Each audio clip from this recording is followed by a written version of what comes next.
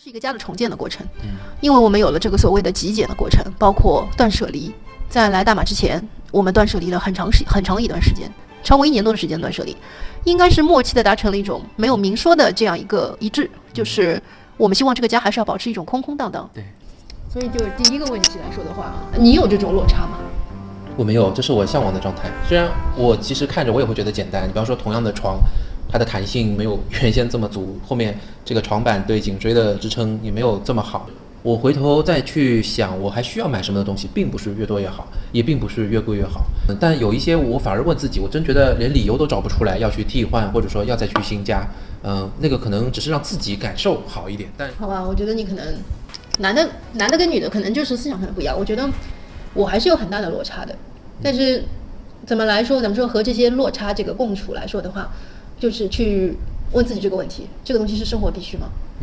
我举个例子，我最大的一个落差可能就是这里的装修的这个细节，因为刚刚我们可能也看过了，我们厨房间的吊顶就是裸露在那边的。是我们的这个主卧室的门上面有一个很大的看得出来是修补的一个漆面的痕迹。哎，这个东西对我来说都是不能忍受的。那就这种很粗糙的，就不像家里没有细节上的这种质感，其实是让我最大的一个落差之一。那穿透这个落差，我就会问自己的问题，就是这玩意儿眼不见为净嘛，做得到吗？我发现还是做得到的。相反来说的话，我生活必须上的一些落差是很容易填满的，就花点钱去买家具。对我来说，我们买的第一件很大件的家具是油木的一个书桌，油木的椅子，对吧？这个东西填上去之后，你一下子带来这个幸福感的提升。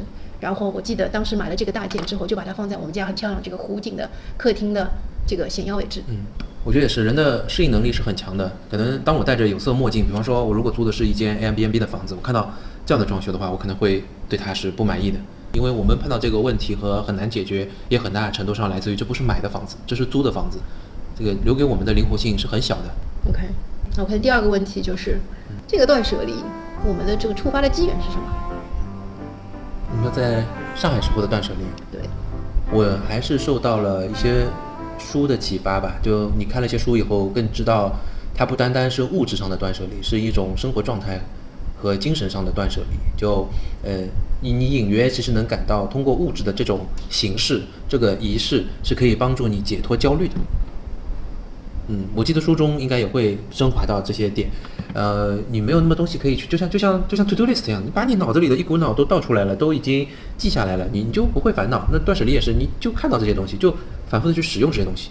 它的理念是很好，用一些你最爱用的，用一些你最爱用的里面品质最好的，然后去舍弃那些不怎么用的，这也是一个非常聪明的一种做法。所以你就非常认可以后就会实践。那它提供了一些可用的实践方法，就比方说有些电子的产品，有些产品，你就拍个照，像我好多不用的，或者说纪念碑啊、一些奖章啊，就拍个照就可以扔了。你要想看的话，可以给它电子击败。有些他会教你整理出同类啊，一些东西。那么我们也找到像多抓鱼这样的一些网站就很好，所以可行，然后又接触它的理念，就开始去做了。这是我的一些出发点。我觉得对我来说，我的出发点，如果要去记一个事件的话，那应该是我的包的这个断舍离吧。这个开端是很有意思的。我记得就是有一年，应该是2018年吧，我们家里面还是2019年，集体去南京香格里拉，去度了一个那种住在酒店里的这个假期。那个时候是正逢中秋节，所以酒店送了我们几盒月饼。我当时就非常喜欢那个装月饼的一个类似的布包。那个喜欢到什么程度，就是直接拿着它当上班的包了。在此之前，我上班的包我有好多，而且有一种迷思，好像你觉得你的年龄或者说你的职业，你的 title 晋升到某个级别，你好像需要用包上进行改变。所以对我来说的话，我曾经有过一段时间，我也用名牌的包，当然也不是特别贵的那个 Longchamp，然后就持续不断的去买各种尺寸的再过来去用。我也有个非常好的，我记得我当时在国外我们一起玩的时候买的那个Ferragamo 的一个包。这个包我给自己的定位就是重要场合去用，可能1年只会用个2-3次。我发现说用了那个不要钱的帆布月饼包之后，很轻便，然后适合上班，又可以装得下电脑，所以我就持续不断的用。那个包特别厉害，用了3年半都没有坏，到大概3年半以后突然间坏了。然后我就开始觉得说，用了这个特别好，我就继续换其他的帆布包，都是不要钱的那种赠品的，咖啡店的一些纪念品。然后我就发现我再也没有用过那些皮包吧。你就发现说，其实是一个非常可怕的一种浪费。那个时候去清点家里面的曾经置办下的，我觉得重要场合各种场合配的不同的皮包，有牌子的，然后这个款式不一样的，颜色不一样的，大概要有20-30个。可能就是一种迷思嘛。我这个 key point 就是在我认为这3个字。我觉得迷思呢，就是自己给自己的常识种下的一个围墙。就如果人要改变的话，那你一定要知道，你所有的关于这个世界的认知，它有一堵围墙，这个围墙被你自己称为常识。那你要改变，就必须要突破、推后，或者是敲翻这堵围墙。那自己给自己种的就是迷思，其实并不这样，对别人不是这样，对世界上其他的人不是这样。比方说我们到了大马，也是推翻了一些迷思，那也是做了生活上最彻底的总的断舍离。但那个是两说，今天讲的不是这些这主要还是在生活上的。这也未必就是看你用着帆布包一样生活，一样就说拿去这些标签，也不会觉得这是别人对你的不认可。对，我觉得这个标签就是我给自己先装的。我觉得我认为我到这个东西，我要用这些向别人证明，我到这个级别了。但是我后来发现，我用帆布包，甚至是以前我认为一定要非常隆重的场合，正式场合里面，我用的还是帆布包。我带着一个现在说起来挺不正经的，颜色特别花里胡哨，待会儿可以拍给你们看一下。我去出席很重要的谈判，我也拎着这个包，但是我那个时候我很坦然，我觉得我已经想好了，如果别人会说，你怎么背这个包？如果有人会八卦问这句话，我就想好了，我就跟他说，我买不起。然后有了这种非常无赖的一个答案之后，我就觉得说，第一个从来没有人问过这个，第二个就是，whatever，我喜欢就可以了。我这是一种自信嘛，因为当代社会基本上一个很重要的近100年的特征就是消费主义，而消费主义产生的一个恶果之一，像法国的一个社会学家叫鲍德里亚，他说就是，让这个社会变得更加的物化。就你倒过来由物来控制人嘛，这些标签都是由物来给人。当我们讲到某个品牌、某一种产品的时候，你好像一系列的标签就赋予你，我们对它进行加上一些意涵，然后用它来变成我们沟通的语言和共同的一些协议。但如果你能想通，好像易经里面这么说，当你足够自信的话，你就不需要去算卦，你就不需要去看这个别人给你贴的这些标签。那当你突破自我，当你可以坦然面对自己和世界的时候，这也是人成长的那一刻嘛。对啊。你这样去想的话，我们被消费主义裹挟的话是很恐怖的。包括富爸爸穷爸爸那一本书，那里面你过着穷爸爸的生活，但是你可能你的消费观已经是别人裹挟着你的，你在这个年龄就要买这个，比如说你要买房子，比如说你要买名牌的东西，然后其实你有没有想过，你真正只要满足生活功能的那部分是什么？对，我来大马11个箱子里面，我只带了一个很小的皮的一个包，然后来大马一次也没用过，所以皮包是完全不需要。然后我每天用的最多的还是那些帆布包。对，是，就我觉得谈不上可怕吧，这就是 how it works。不，我现在想想是非常可怕的，因为你要想，因为这个消费主义，它告诉你需要什么，新时代的女性，40岁加的女性姐姐需要什么，然后你一看，它展示出来的是这些，你觉得说我的人生好像就是一个清单，我要打勾。You were told。对，然后你想想后面底层逻辑是什么？我要花钱去买这个，我钱从哪里来？我需要去挣钱，然后我需要去挣钱，然后我去买这些东西之后，你被一个巨大的这样一个循环就推着，然后你去工作更努力，去挣更多的钱，去买更多的你其实1年可能用不上的东西，其实你积攒不下很多钱，然后你不停的去工作，你失去了工作选择的自由，这是一个很恐怖的一件事情。但是如果你不需要这些东西，你不需要买这些东西，这个钱省下来，你可能就可以提早退休。然后你可能可以把这个钱用在你真正的兴趣上面，然后你甚至可以用这个钱你去旅游也好，做别的事情也好，甚至是你失业了你也不会慌。但我还觉得不需要用到像可怕这个词，因为这就是这个世界运转的方式。你觉得可怕是因为你从那98%的人变成了2%的人，在这个蜕变的过程中，可怕是它的副产品之一，而那些人就在98%的人，他可以安之若素，我们也可以很尊重他的生活方式，不然这个社会也没法运转。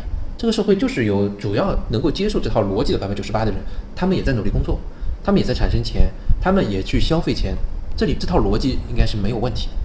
但你突然跳脱说，原来我不在这套机器里边，我跑到机器外面，我做个安静的美男子，看着这个机器在转，我可以活得很好，我不需要在上面像跑步机一样的去跑 ，That's fine。但是只是很少人会这样而已。所以那来大马前，那么我们第3个问题就是来大马前，你断舍离的印象最深刻的一样东西，或者是一件事情。可以啊，我可以说一个 moment， 是我跟儿子我们一起这个花了半天的时间，整理出了很多不要的东西，然后把它全部扎好捆好，我们把它放到那个秤上，连着自己去称一下，结果发现说哇，好像都有20几公斤，然后有好几袋这样的东西。我们利用一个11开始整理的吧，就一个11就扔掉了这个上百公斤的东西，这个感觉特别爽，就像减肥，你如果突然抽脂似的，这个很多脂肪被拿走，这个感觉应该会是很爽。这个 moment 是我这个记得。我觉得来大马前段时间比较深刻的是，我们每个礼拜都在扔书。对，那个时候，我觉得。我们会有一种迷思，觉得书放在家里面是一种藏书、收藏品。书是一种财富，是知识啊，书是一种长期资产，可以这样说，对，很多人会这样说。然后我父辈给我的一个概念，他留下来的，包括我最近一次回上海，我扔了一套约翰克里斯多夫，是傅雷译的。我觉得首先这本书是我在大概22年前买的。大学我们俩都买过一套。我买了之后，我只看了第一本的版本，我觉得我也是看了一本版，我就实在看不下，它一共是五册一本的。对，我也看了一本版。然后这本书就一直放在那边20几年，没有翻动过。所以我想，第一个，我接下来我就问我自己几个问题：我还会看吗？我很确定的一个回答就是我不会看。我可能会看，写的还是很精彩的。OK。然后第二个问题就是，万一我要看，我会怎么做？网上买。对，我觉得到时候我再买，我可能就买二手书，甚至我去图书馆去借这个书。对。那么第三个问题就是，我可以扔吗？我觉得是可以扔。所以我就把这套书去。很理性啊，有逻辑思考啊。对啊，就是这套书我就把它去扔掉了。然后我爸正好放在门口，我爸看的时候，哎呀，这个书很好的呀，老火一个。他说以后还可以看的嘛。我说谁看？他说以后总会有人要看的了。我说那么谁看？你告诉我谁看？结果他也答不上来，但是他就把我要扔的放在门口这本书又把它收回去了。你不如跟他说卖了可以卖100块钱。我没有什么可以跟他去说的，那他要去收，那么就收回去吧。但是对我来说，这本书就是不需要了。我20几年没看，我后面我也很确定我自己不会去看。那我要看，我已经有方案了，我再买着看，那就扔掉。对，这个其实我也是，因为你只让我讲一个嘛，这个 moment 我的印象也很深刻。我们前后我大概在多抓鱼上看了一下，卖了将近100本书，就把它卖掉，就赚的钱也很多，大概可能有2000块钱，因为有很多甚至很好的书，摄影书全部处理掉。还有一个，我如果允许的话，还有个 moment 就是，我处理了大量我摄影东西，包括相机、镜头就卖。我们在来大马之前最后1个月我就开始记啊，就是 last 30 days。last 2 weeks，last 1 week， 然后6、5、4、3、2、1，我都开始记。我觉得印象很深的是，就一个主题就是叫用上海话说叫马送回，就卖掉，然后送人，然后再扔掉，就是3个动作。甚至于送到别人都不敢相信那么大方啊！来，咖啡机给你，磨咖啡的机器给你啊，这些挺好的豆子，这个什么仪器，这个都给你，就是。你想说明什么呢？就是这个印象深刻的一些 moment， 做极简的。那我刚刚听到你说的，我就想问你一个问题，就是因为你以前疯狂的去买那么多关于摄影的胶卷也好，还买了一个什么恒温箱去放那个器材，你当时说你是要收藏，而且你说这个东西是保值的，那难道现在你断舍离了这些东西，你以前的那套收藏、投资保值这套理论是有了改变吗？保值的我还在，哈苏啊或者一些镜头我还是在。但是这个不值钱的我就把它给卖掉，然后因为有了 AI， 你看，我可以这样作画，对不对？这也非常漂亮。我就说我的摄影理念已经不需要通过相机了，你直接可以通过计算机软件来表达自己内心浩瀚的宇宙。所以我就开始，所以说 it's two-folded， 一方面是要做极简，另外一方面也是因为手段升级了。OK，那接下来要问的问题就是来大马之后，你印象最深刻的断舍离是什么？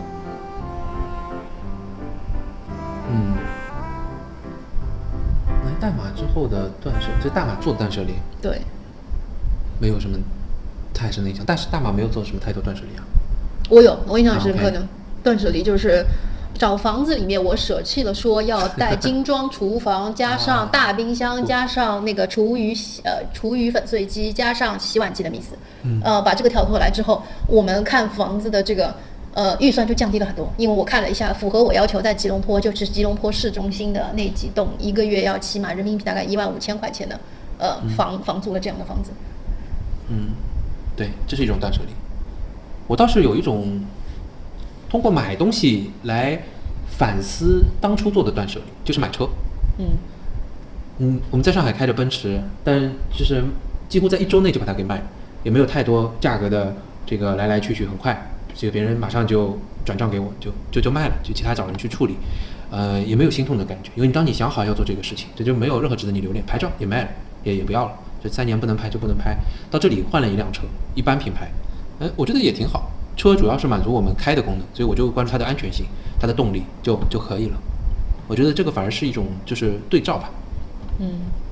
这个印象我也蛮深的。我记得第一次我们是想考虑买个二手车嘛，然后看二手车的时候，正好就有机会看到了一些曾经我所谓的 dream car，然后你看了之后我很失望，就是那些，比如说我心里面的 dream car 是沃尔沃的那个 XC90嘛，然后我当时就觉得它的外形看上去特别好，我打开来之后发现它依然是非常局促的，然后它的那些内饰配置，也不是那么的好，所以我就问自己说，我们那些配置要再好一点的话，它那个价格就是很贵很贵了，我就不需要这个。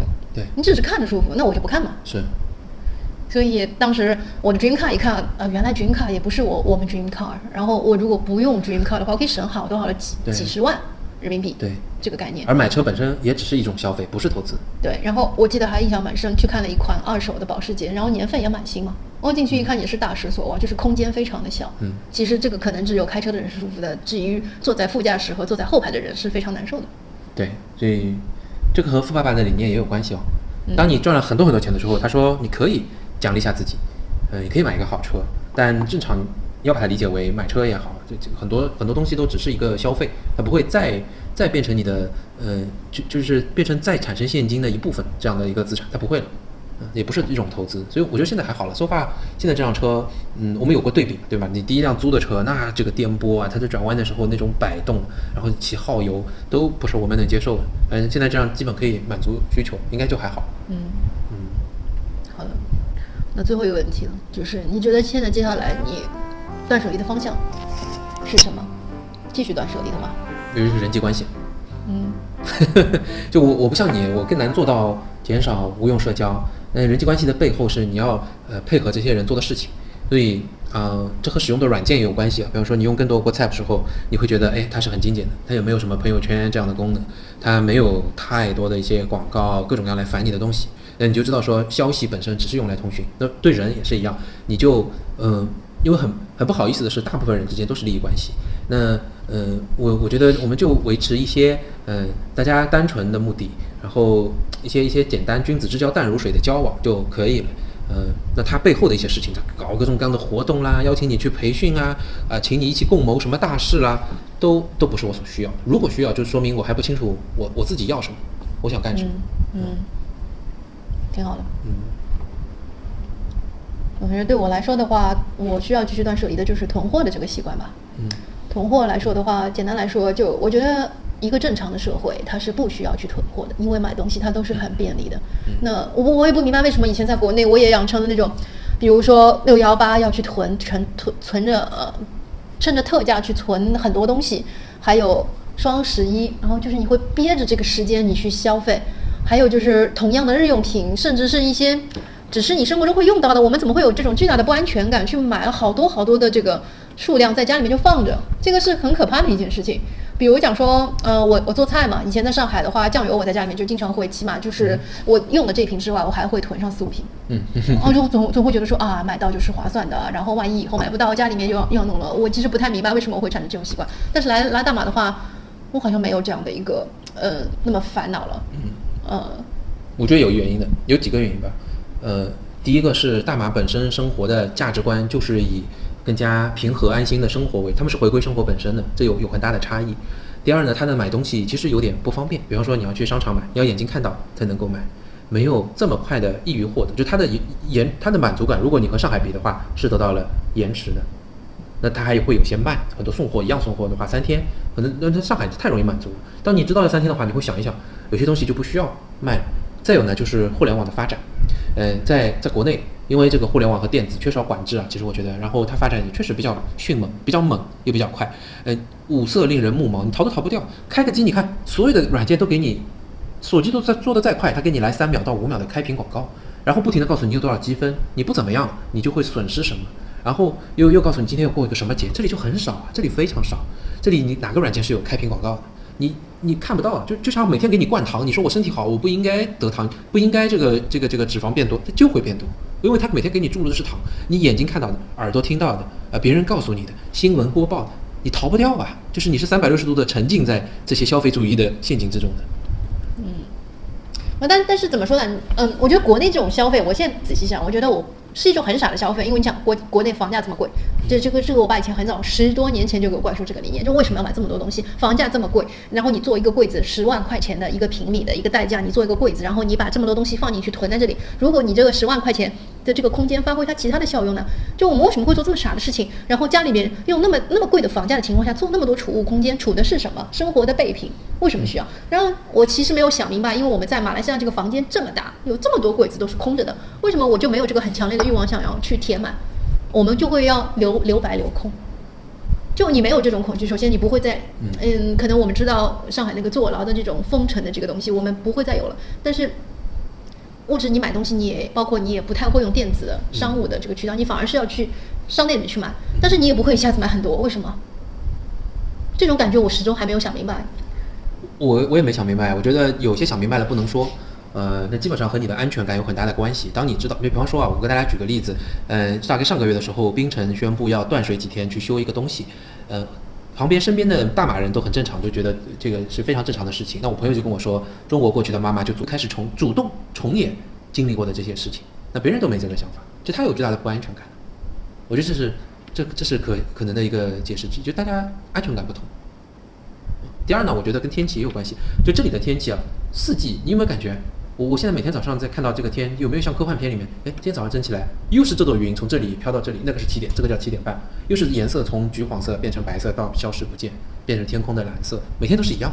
因为这个天气，它的可能就是夏天到他们的雨季，它的太阳升起的时间都没有变化，就每天早上你不会觉得是一个新的一天。你的季节也不和温度、湿度啊，整个天气和你生活环境的变化，并不会使你的波动性造成很大。你并不需要应付这些波动性，而去提前的储存一些东西。所以你就是说你知道每一天的生活大致如此，所以是可以预期的。从环境到经济环境到你的生活环境都是非常非常可预期的，很稳定。它的发展就是这样，它连天都是这样。就那你每天只 repeat 就好。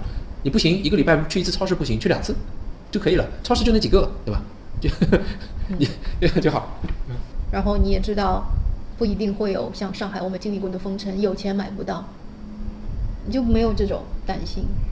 你知道楼下的超市，我们楼下就有一个小便利店，你能买到你生活所需要，你生活所需要就是这一点，对吧？不需要很多。那还有就是说物价比较低的话，你比方说你整体每个月花在物体上的消费占你收入的一个不高的比例，那你就会觉得说 OK， 我总是花这么多钱去买。但是上海它因为物价高，所以你就会挑划算这2词嘛。那说今天这个东西打20%的折了，明天搞一个618了，你就会去，不然我亏了，对不对？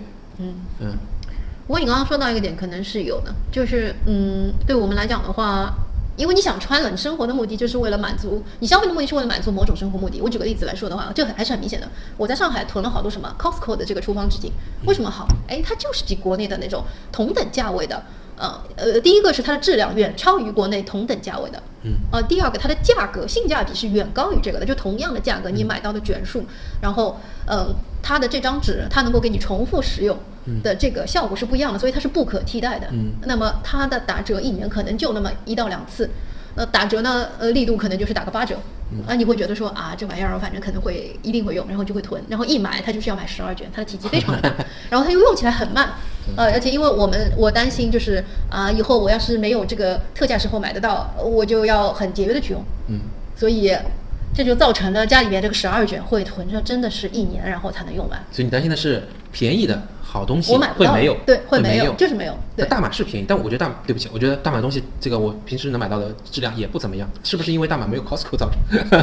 如果有好东西，你价格也差不多，是不是也该囤？不是，我觉得我可能就不会再去在大马，你肯定也买得到，你可以代购嘛，你可以中国代购买它的这个东西过来。但是你会觉得你没有这个必要，因为厨房纸巾在这边用什么？首先，我最大的一个用途，我用来去擦干这个食物表面的东西，这个概率是机会越来越少，因为我不太做饭了。然后这边的餐巾纸，它虽然不怎么好用，它也能够满足拭干这个水分的作用。OK， 那就可以了。所以还是你自己的内心回归到了去追寻这东西的本质，觉得然后降低了对生活的要求。对啊，你说以前 Costco 的一张纸，我可能可以擦1斤鸡翅，现在呢，我可能要用3张纸去擦，但是它是便宜的，那就用3张。对，那我就用3张就好了。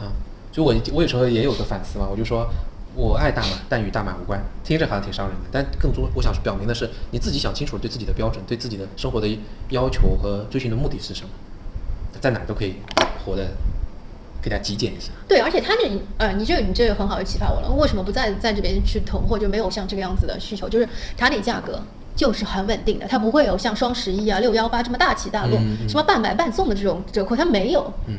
它最多给你打个9折8折，可以了，封死了，结束了，你就很稳定，你可以预期它永远是这样的价格。那20%-30%，那10块钱里的20%-30%就2块钱，你在省什么呢？还有这个必要吗？没有了。这也是一种可预期，就是它给你的价格是实在的，没有那么多水分。对，咱们不是说过吗？就是以前做那618、双11，感觉是做数学题，还要先什么定金抵扣多少，定金膨胀多少，然后满多少减多少。这个数学不好的人，双11、618那个绝对是很头疼的一件事。这里没有。对，可能商家也是更卷一点，所以他会出各种奇招妙招嘛，来圈消费者。这边好像商家也是憨憨的，也是很随和，这个消费者更加平和。对，所以你可能今天这个时候买，双11买，618买，价格相差，真是微乎其微，可以忽略。OK， 这是一个成熟的，可能是有诚信体系的，没有那么花里胡哨的一个商业社会。所以你未来要解决的是囤物，我要解决的是囤人。我们的极简方向。对。OK。好的，我觉得轻装上阵。就我们朋友讲的这句话，我也非常对我触动很大，就是你时刻要想，就你驱动生活。比方说，你用原先80%的驱动生活，那就意味着你可以多20%的时间去享受生活。